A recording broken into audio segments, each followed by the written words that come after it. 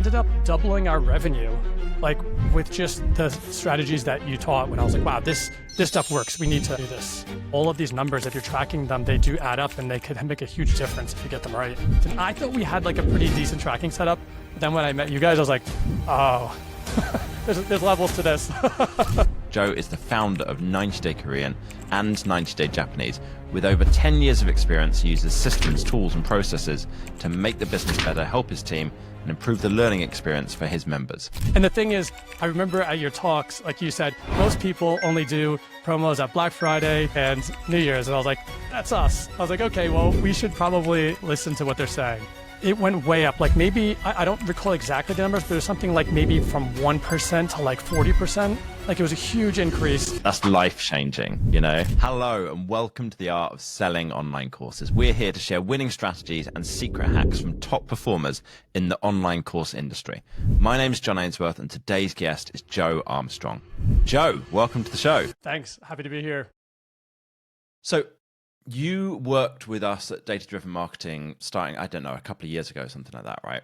What was anything that had caused you to want to get help at the time? Yeah, actually, so the first experience that I had with you and your team was I listened to a talk, I think it was in 2019 at DCPKK, and you had given a talk on, I think it was on the email series, and I remember the thing that really stuck out was the thank you page offer.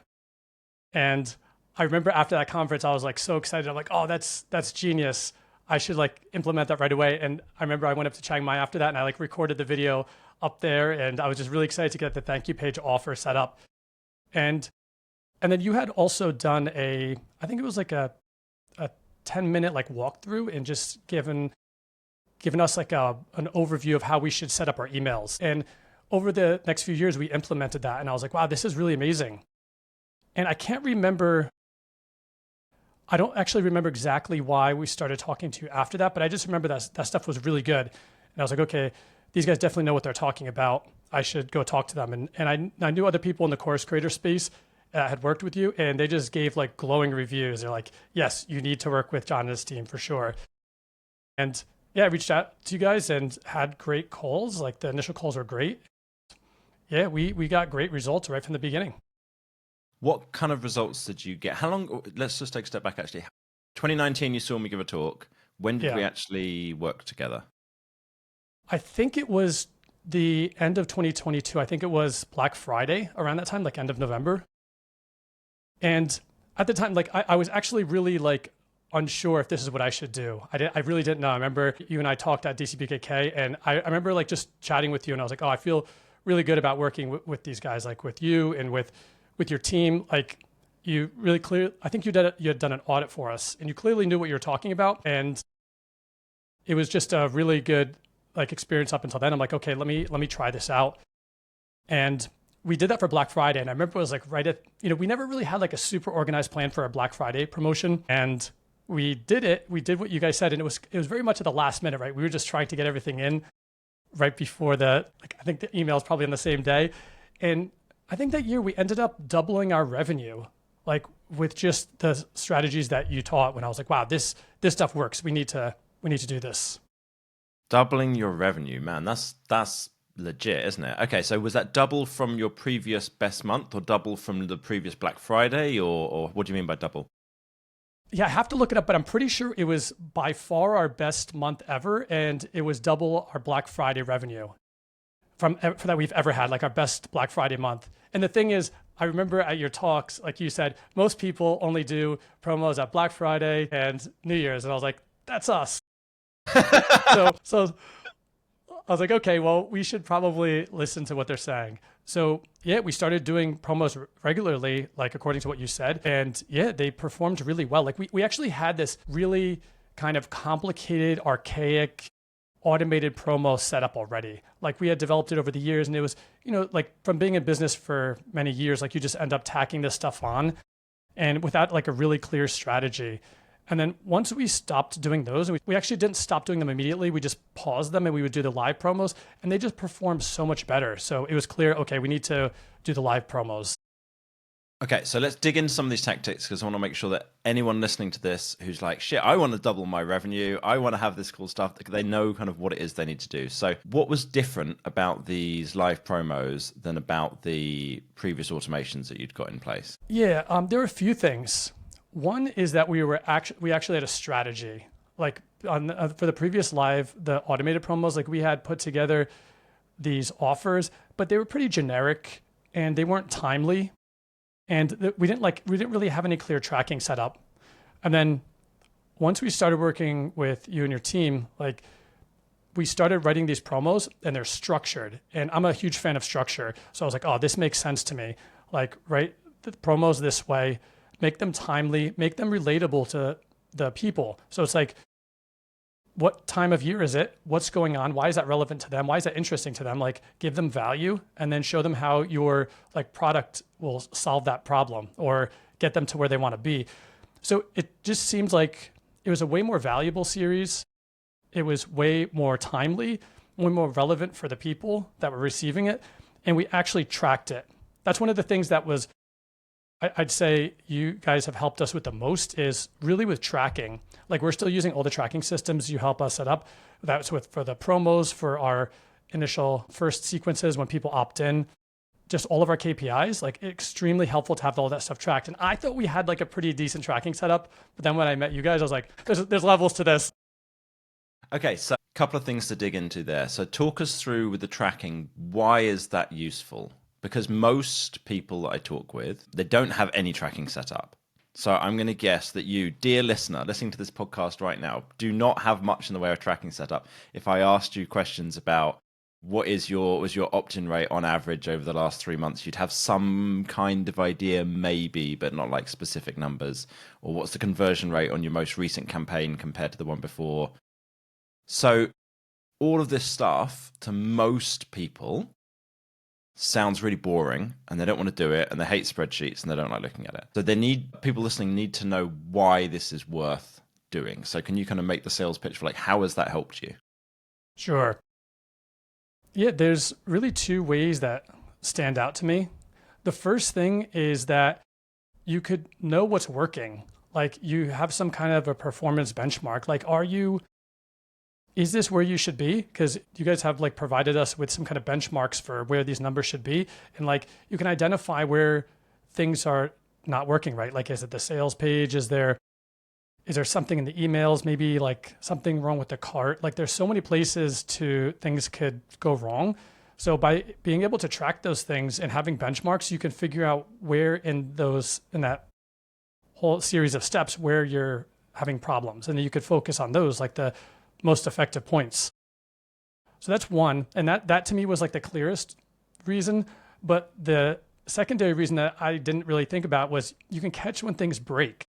I remember you had said this at one of the talks and you're like, yeah, no matter how complicated that things get, or no matter how much you have things advanced, things break all the time. And that's totally been my experience is things break and you don't always identify them. It could be like something wrong with the software, could be the connection.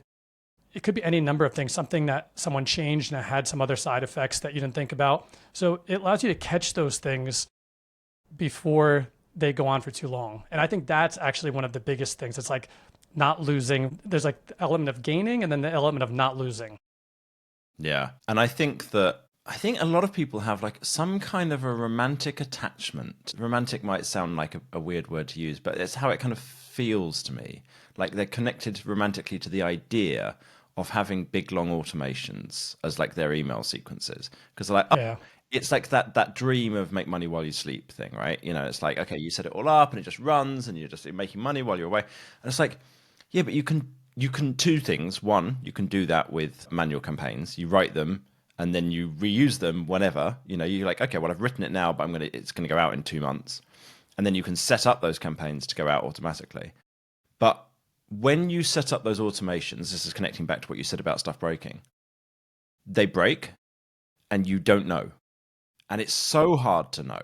And if you've got the tracking, it's easier to know, but it's so hard to know which bit breaks. I had a client who came to us and they had changed something in their business 2 years earlier. And when we did the audit, and separately, as far as they were concerned, their revenue had gone down gradually and had never gone back up again. And when we did the audit and we did all the tracking, we're like, it changed exactly here. And it changed in this way at this point, like as in your number of people to this sales page went down dramatically at this point. What is it that got changed there? And they were like, oh, I think we changed this thing. And we went and looked at it and we're like, yeah, that would make sense. And then they could change it back, and it basically had cost them hundreds of thousands of dollars because they changed something and they hadn't tracked what was going on and what was not happening. And, it was all done with automations. So I think that one's massive. But yeah, so there's two parts that you said. One was it allows you to see when something breaks. And the second one was about reaching up to kind of benchmark levels. I want to dive into that when something breaks a little bit more, because I feel like a lot of people struggle to really internalize like what that means, how that kind of looks. Have you got any examples of where you have seen that something did break and because you had the tracking, you were able to spot it? I can't think of anything off the top of my head that broke, but there's times where we could like identify things doing worse. Like for example, there's kind of like, if your revenue is decreasing, right? Or it's not where it should be, sometimes you just have this vague feeling. You're like, things aren't going good, but where?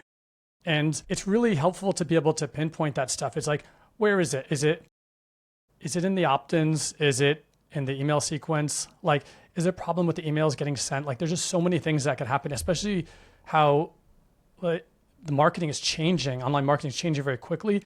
So it could be something breaking, or it could be something just performing much not as good as before. Yeah. I had somebody I was trying to help recently, and if you're listening, you know who you are. And she was telling me how she felt like campaigns were performing worse, or that something was doing less well. And I'm like, I recognize your feelings. It is valid to have emotions about these things, but I cannot help you based on I've got a feeling that things are worse. Like, we have to have actual numbers. Like, where was it worse? Okay, you made less money, you know that. But did the campaign perform worse? Did you have a smaller email list? Was there less within the campaign? Was the click-through rate worse? Was the open rate worse? Was it less people to the sales page? Like, we have to look at this. Otherwise, we could just spend ages trying to fix something and just fix the wrong thing. And I think like most course creators are like incredible creatively, like, can come up with all kinds of ideas, can make all this great content, build up an audience, but really suck at this kind of number side of things and therefore don't know exactly where to focus. Okay, so there was two things, right? So we talked about one, which was when something has gotten worse or is broken, then you can kind of figure out where to focus, what to do, how to know what area at least to be working on fixing it, which makes your life much easier, because then you don't have to try and change everything. You're trying to just change the thing that actually got worse. So the second one was about the benchmarks and kind of knowing what area to focus on to improve. Can you talk everybody through that a little bit, like how that worked for you, how that was helpful? Yeah, it was helpful because it gave us an idea of the parts that we were weak at and where we weren't hitting the marks. Because if you're kind of like close to average on some of these parts, then it's not the biggest leverage point to focus on those, right? If you're like maybe 90% of the benchmark, whereas another place, if you're at 10%, if you just fix that 10% of benchmark, if you could double that to 20, which might not be that hard, you can get like double the results. And it just has such a huge impact if you can identify those areas. So it's really like, the way I see it is where you focus your energy. Like, what are the things that you really need to focus on, and then track those numbers and then see if what you've done works. Because we've done both, right? We've had times where we've identified those things and then we change it and they do get worse. Like, they've gotten worse some cases, and then you switch it back and then you try something else and then that performs a little bit better. So you stick with that, and you just go through that iterative process. Nice. Yeah. And I think it's so vital. And it was fascinating to me when I started this business, I was trying to figure out what those benchmarks were, because this is what I'd done in previous businesses, but I couldn't. It was so hard to find the data on what the benchmarks were for, like, what is a good quality conversion rate on a sales page for a course business when it's going through from an email campaign. And it's like, because nobody else was tracking it. And I was like, oh my God. So we had to track it for all of our clients, run the tests ourselves, see what we could get to, and then go, well, we know that's the best we've done so far. Is that great? Is that average? Like, is that an area we should be focusing on? And it took a lot of searching until we were really sure of like, okay, this is a good opt-in rate. This is a good conversion rate from email campaigns, etc. But then that allows us to help others with it. And if anybody listening is like, if you've got a course business already and you're doing at least $1,000 a month in revenue, drop me an email and I will do a business review for you where I will take you through and I'll ask you I'll send you a form so that you can send me your numbers. And I'll sketch out for you like, okay, this is the areas where you are underperforming. This is how much you're underperforming by. If you fix this, this is how much more revenue you could get, how much more you could grow your email list, etc. And at the end of it, you will understand this is the area I should focus on. This is how much better it could be. This is how much more revenue it would make me. And then if you go find the relevant podcast episode, you'll know what to do to increase at that. So just drop me an email and put business review in the title, in the subject line. And my email's John, John, at datadrivenmarketing.co. And I'll do that for you. I do like 2 or 3 of these a week. So if I get a load of requests through it might take me a little while to get through it all, but just bear with me and I'll get that over to you totally for free. So Joe, you talked us through, okay, so we had the KPI tracking. We had the improved Can I add one part to the KPI thing? Yeah, go for it. Absolutely. So one thing that I wanted to also mention that I think was really helpful, what you guys did, is knowing which KPIs to track, because it feels like there's infinite numbers you can track, but you guys gave us the sheets for that. And then you explained why those numbers were important and you can see how they fit in. It's kind of like a puzzle, right? And you can see where everything goes. So I feel like that's super helpful because otherwise you could be tracking too much or too little. And I think it's really important to figure out how much to track. Yes, absolutely. And actually just thinking about it with the KPI tracking, if you're listening and you want to actually set up these KPIs, if Joe has sold you on this and you're like, yeah, man, I should do this. I don't want to do it, but I should do it. It'll make me more money. Then drop me an email about that as well, and I'll give you access to our KPI tracking course. So this is something that we normally only give to clients, but I decided recently we're going to give out a couple of the fundamental things for free to listeners of this podcast. So just email me, John at datadrivenmarketing.co, and put in KPI tracking in the subject line. And you have to promise me that you'll do it. You have to promise me that you'll actually do it, and then I will follow up and I will check if you actually did it.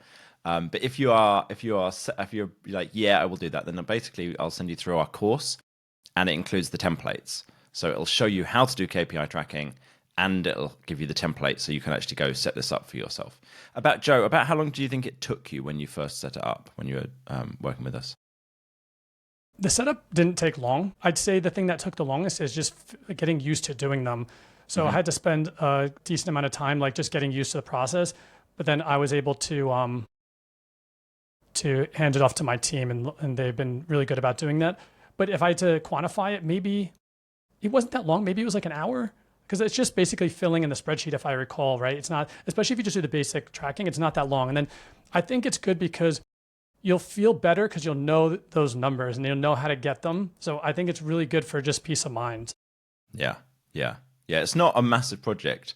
It's something that a lot of to me, I'm like, of course you got to have a spreadsheet. Like, how did you do anything with that spreadsheet? But I am aware that makes me the odd one, you know, and that most people don't feel that way, and that most people don't want to fill this in. But it's not a massive project at all to do this. It's like these numbers are available in Google Analytics, in your checkout software, in your email marketing software, this kind of thing. Like these are just available, but there's too much data there and you don't know what to look at. When you pull out, like you say, the right ones, put them in a spreadsheet, then it's actually, and if you then know what is good, what is bad, then it's actually relatively straightforward to do it. Yeah. Okay, so we've talked about KPIs a lot. We've talked about the fact that you had these timely email promotions that you started doing. How often did you start doing those promotions? Did you do it every month like we recommend, or were you doing it less frequently? At the beginning, like for the first year, our goal is we got roughly about 1 email promo per month, occasionally 2.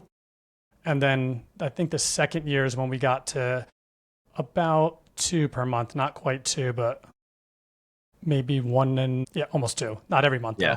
Though. Yeah. Nice. Okay. Yeah, so our recommendation to everybody used to be 2, and what I found was, and there's still what we do for clients. We'll normally do like 1 bigger promotion, maybe 1 flash sale. But I found it was such an ask of people, the idea of two. They're like, oh my God. So I was like, all right, let me just recommend one. And then at least that's going to get you most of the money. Like when you do two, it doesn't double your revenue over doing one, but it does increase it further. So it's like, that's kind of the, if you do one, that's like your 80-20, you can get like a bulk of the results from it. So what was the process like for writing those promotions? What can you kind of teach people about how to do that? Yeah, so one thing I wanted to comment on, and this ties into it, is the customer avatar. So that was something that you guys had us do early on and to survey the customers.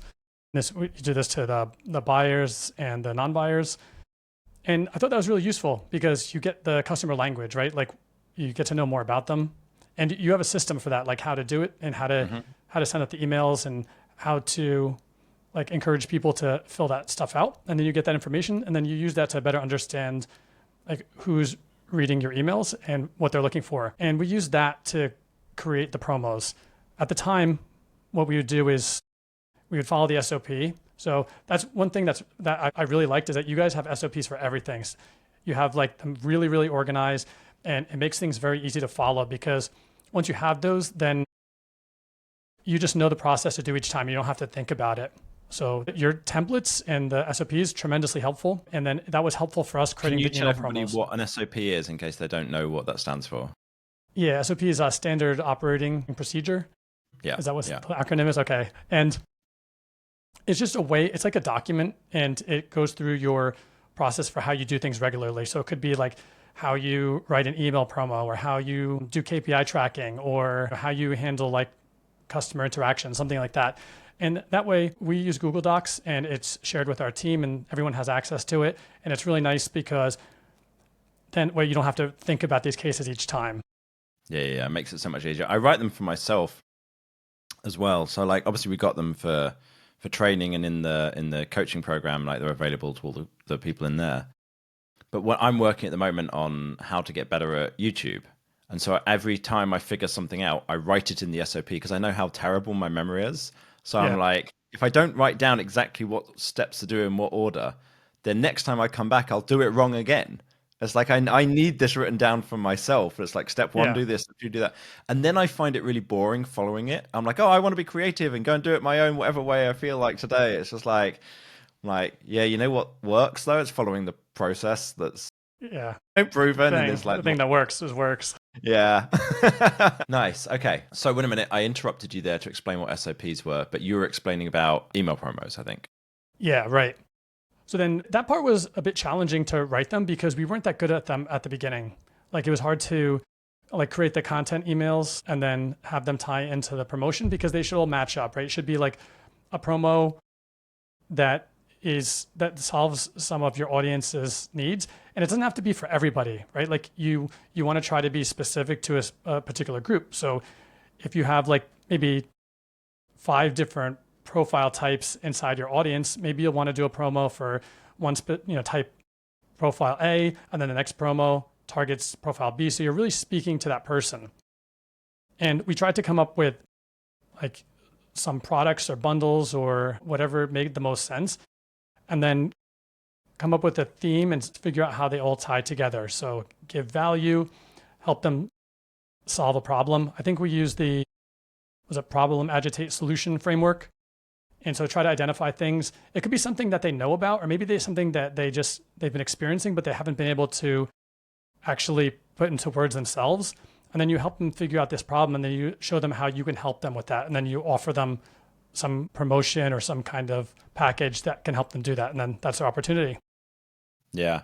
I think that's like quite a high level concept, and it's so powerful. The process of, you've identified a problem that they have got, that they are experiencing it, but they don't quite know what it is. Just something's not working, or something doesn't feel right, or something isn't like, they're not achieving what they want to do, but they don't know quite why. And if you can define that problem and show them that you understand their pain point and what they're experiencing, then people are like, oh my God, yeah, that's it. That's what's going on. Well, how do I solve it? And it's like, if you then have identified a problem that they couldn't identify it properly, then people are like, right, well, you must know how to solve it now, because I didn't even know how to define the problem. So then they're totally like ready to buy the next stage. So I'm learning bass. I had always, anybody who's a musician is going to be like, you're an idiot. How did you not know about this? But I've been learning it for quite a while, and I've been working with a teacher recently. I was doing it from online courses before, and now I start with a teacher. And I was saying to him, I've learned all the parts of this song, but I still struggle with remembering what order of what the structure of it. Like, when do I have the pre-chorus? When do I have the chorus? There's a slightly different version of the pre-chorus here. How do I remember what order it all goes in? And he's like, oh yeah, everybody has that. And what everybody does is they get a notebook and they kind of write out these notes for it. And I'm like, I've been memorizing songs, like just the entire song, like in one like go through in my head. And you know, you learn it with tabs, and then you learn, which is like kind of a simplified version of sheet music. And then you have these notes, it turns out, which was a step I'd missed. And then eventually you memorize you kind of can remember the whole song. And I was just like, oh my God, I've been doing all this work wrong this whole time because I didn't know this step was a thing. But I knew that I had a problem, right? I knew I had a problem of not being able to remember a song as fast as I would like to. And that kind of experience, when I had it, was just like, oh yeah, this is the same kind of thing that everyone goes through. And if somebody was selling me an online course about how to memorize songs, it would have been like, you know, it's just a small little module or something. If I'd been reading those emails, I would be like, oh my God, yes, that's exactly what I struggle with. And then somebody could have solved it for me. Nobody ever did, so I never bought that course. But I've solved it now, so it's all right. I've got my notebook, I've got my notes. It's very exciting. I'm learning. Time is running out from Muse, if you know that one. And okay, so that's a really important concept. And then that's something that you've used. So what you've done is you've taken the customer avatar work, you've identified a persona, you've identified a problem that they have or an issue that they're kind of facing. You've then decided that's the focus for this promotion. You might have put together a bundle that helped to solve that, or you might have taken one of your existing courses, whatever it was. You might have created something new, who knows? Yeah. You've then written a promotion that talks to them using the pain agitation solution framework, talks to them about that problem in the pain one, agitates that problem by explaining how that's affecting their life in the agitate email, and then give them a small solution in the solution email, and then said, but we've got a full course that solves this. We're going to tell you about it next week. So for anybody who hasn't heard us talk about that pain agitation solution framework, that's the basic way, the basic concept of kind of how you use it. There's a lot of detailed notes about, you know, exactly what you put in the pain email, etc. But that's the basic concept of it. Okay. I'm trying to just wind back through our conversation and making sure we're closing all the loops that we've had. We've had APIs, we've had emails, we've talked about how you sent those emails. Cool. Anything else? I was going to comment on one thing. You had given the example of the bass. I really love that example because it's great when somebody identifies it. Also for you, right? Like, it's nice when someone can identify those problems in your own life, and then the next part to that is when they can give you the solution that's exactly that. It's not just some vague solution. It's like, okay, I have this problem with the bass, and this is the issue, and then this is the exact solution to that problem. And it very clearly states that you don't have to guess. You're not like, oh, well, does this actually solve it?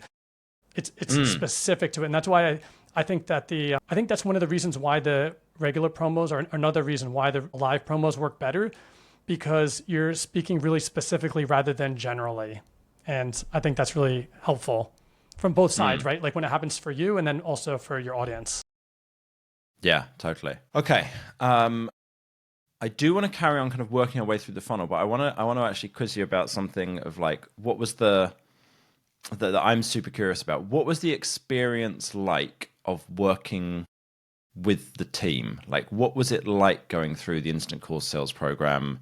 How was that for you? Like, what was good about it? Because some people listening to this, I know for definite, are kind of thinking about reaching out to us and like working with us, but it's kind of a bit nerve-wracking sometimes to reach out to somebody. So could you kind of give everybody just like, how was that? What was that like? Yeah. So first I want to say that like I was reluctant to reach out too, right? I didn't know if I should. But I knew some of the other people that were on your like testimonial page. So I thought I'd talk to them, and talking to them was really valuable because they were able to give like really specifics about why it's great working with you guys. So I was like, okay, cool. This all sounds great. And I have to say, like, from the moment I was on board, I was really impressed with everything. Like you guys definitely set a really high bar for what companies should be like. Like the whole process of getting introduced to everything was really seamless and organized. Like me and my team felt very welcome. Like you guys were there to help all the time. And you could tell that you and everyone on your team genuinely cared. Like when we sent messages, we always got like thorough responses. And it was, even if you couldn't get back to us right away, you would say, okay, well, this person will get back to you at this time. So just super organized, very easy to follow all of the steps. And it gave us a lot of confidence that this stuff could work and that we can do it. And that you guys actually really do care. There were tough times for sure. Like we ran into roadblocks. We ran into times where it was really challenging to do all this stuff. But like your team was always there to make sure to help us solve those problems. And sometimes they were tough problems to solve. Like they took a bit of time, but always like you guys, and you were really thoughtful about it. Like it's probably very easy to just give some kind of blanket response, like, just do this or that. But you would really dig in and say, okay, well, here's like what we think the issue is. And here's because of the KPIs, you're at this level. You really got to look into this. Like, this is what you should do on your checkout cart. So it was very like clear and actionable advice. And it wasn't that hard, right? Like doing the stuff on the checkout, not that hard. I remember one of the examples was adding in some clearer, like, I think it was logos or designs on the checkout, and then just making some adjustments to the checkout and then tracking that. So it was pretty easy stuff, but you just want to keep monitoring that. And like, that was great. Like every time we had calls with your team, it was like very organized, like tons of value. Like I always felt like every time I joined a call or had a call with anyone from your team, it was always very worthwhile. Like I never thought, oh, did I need to be on that call? I always felt like it was great. And yeah, just great experience. My team too, they were very happy and always thought that everybody on the Day Driven marketing team were like super helpful and just really nice people. Nice. Thanks, man. I appreciate that. And I want to comment too, like, I think like there's like a meta to this too, because you guys, the way that you run stuff definitely has helped us think about how we run our business ourselves, like how we interact. So we're not quite in the same, you guys are helping other course creators, and for us, it's Korean learners, but just the way we like think about it, like how we interact and how we do our onboarding and how we work as a team. So we got a lot of inspiration from you guys too with that. Like it wasn't just directly doing the ICS program, but it was like also just the general experience of working with you guys. Nice. That's cool. Do you have more SOPs now? Oh, we've got a few. We've got SOPs for everything, but it's nice. It actually is nice. Like I have to say, because what would happen is, I remember before we would like do like partial SOPs, and it was always like sometimes you look at them and they weren't formatted nice, so it's hard to dig through them and figure out what they mean or like what was I saying at the time. But the template that we got from you was really nice. We use a version of that and as our template, and it's just nice because you just fill in those fields and you know how to read all the SOPs because they have the same process and they have the same system, which makes it really easy. Beautiful. Nice. And if you are listening and you're like slightly unsure about, you want to get some help, you think what Joe's talked about sounds great, but you're not quite sure about it, just drop me an email, john@datadrivenmarketing.co, and we can have a chat just back and forth by email, and I'll kind of let you know if it's a good fit and help you out either way. Right, let's get back into the funnel side of things. So we've talked through the KPI tracking, the customer avatar, the email promotions. One of the things that you said right at the beginning was that you had heard my talk about putting something on the confirmation page. Was that the Tripwire funnel, or was that an upsell? Because it's two different places you put stuff on confirmation page. That was the Tripwire, that having something on the thank you page. Nice. Okay. So that's the thank you page after someone's opted in for one of your lead magnets or opted into your newsletter.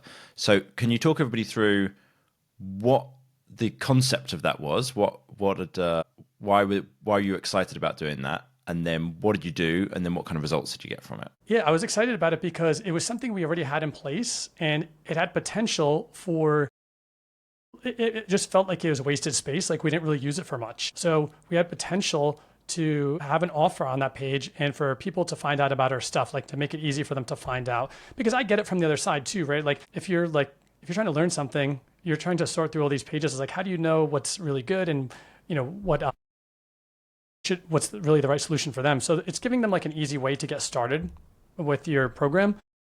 And yeah, for us, it was like something that we were already doing. We just didn't have an offer on there. So yeah, that's what we started with.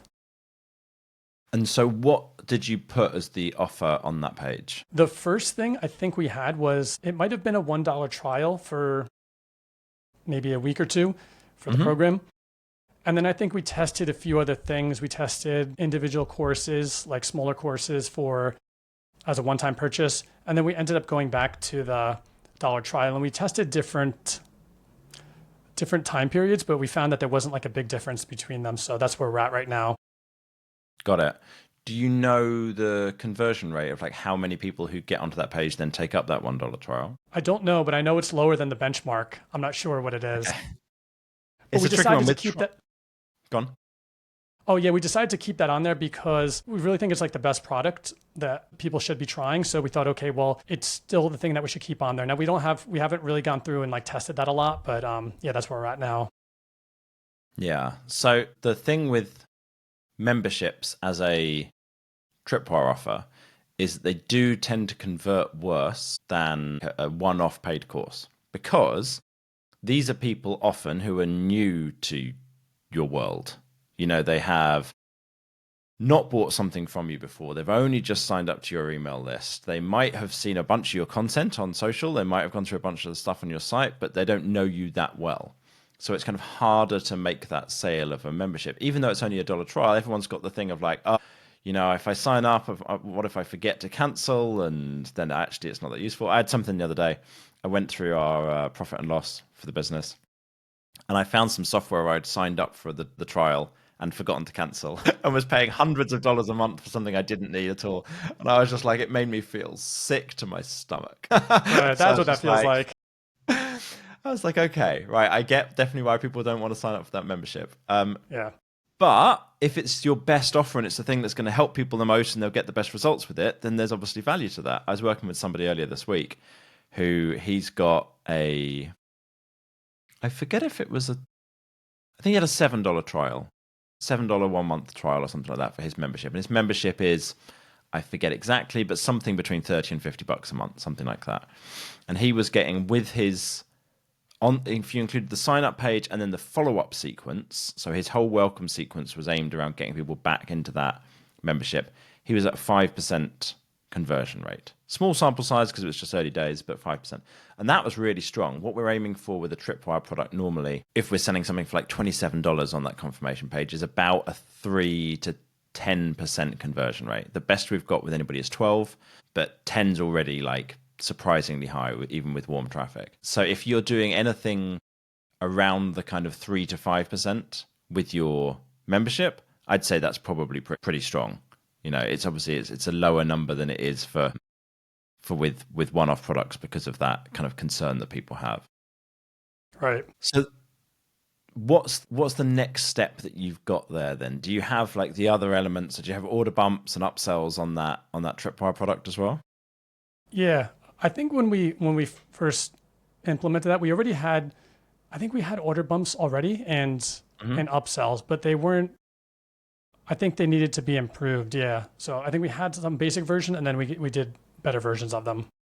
That was one of the things. Okay. One of the things that was really great is our order bump was it was really, really specific. It was specific for getting a Korean name, which is only a very small percentage of the people, but we just didn't have anything to offer. So we're like, okay, well, let's do this. And then you guys encouraged us to create a product that would appeal to people buying the main product. And we did.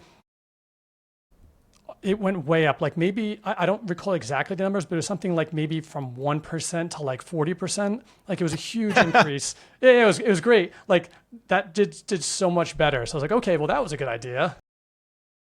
Yeah. Yeah. Nice. Yes, that's beautiful. I was talking to someone the other day who he's just had his first 5-figure month because of his Tripwire funnel. He started working with us. He started doing the monthly promotions. He started doing, working his sales pages, etc. But then we also worked with him to set up a Tripwire funnel. And then that gave him that boost of like, I think for him, it was like an extra 1,500, 2,000, something like that a month. That then meant with the email promotions, that's tipped him over into doing 10,000 a month. And I love that. It's so beautiful to see when someone like gets that and like first gets like 10,000 a month. It's like, that's life changing, For sure. And it's just like, it just shows, right, how all those numbers add up, right? Like all the conversion rates, like the bump, the upsell, all of these numbers, if you're tracking them, they do add up and they could make a huge difference if you get them right. Yeah. Yeah. So what else did you do working with my team that has helped you with the business? We've talked through email promos, customer avatar, KPIs, upsells, order bumps, tripwire funnels. Was there anything else that had been helpful and helped you to kind of grow the business? Grab a water while I think about that. Yeah. One of the other things that we've worked on too is improving our sales pages. And that's still a work in progress, but just having some kind of format or a template to follow and then filling in those gaps and really just putting ourselves in like the shoes of the buyer more and trying to improve those. So, for each of the promos, we have like a different version of the sales page, or we update it for that product, and just doing a better job overall. Yeah, we spent some time on the sales pages and I thought that was helpful too. Nice. And if you want to hear a podcast episode just about the sales pages and how to improve those, if you go find episode 16 from July 8th, 2021, it's called How to Create High Converting Sales Pages and Monetize Your Traffic. And in that episode, we go in depth on exactly what to do to improve your sales pages. Nice. Well, this has been amazing, Joe. I really appreciate you coming on today and like sharing with everybody what had worked for you and what you'd implemented and the kind of results that it got. To manage to implement this and like quite quickly what did you say? You doubled your previous best Black Friday by kind of implementing a lot of this stuff. And I think the best month ever. Yeah. Like doubled our best month. Yeah. So that's outstanding. So hopefully this has been useful. Go grab those other podcast episodes. Drop me an email if you want access to the KPI tracking or if you want that business review, and I will get back to you with that. And thanks so much, as always, for listening. And Joe, thanks so much for coming on. Thanks for having me on.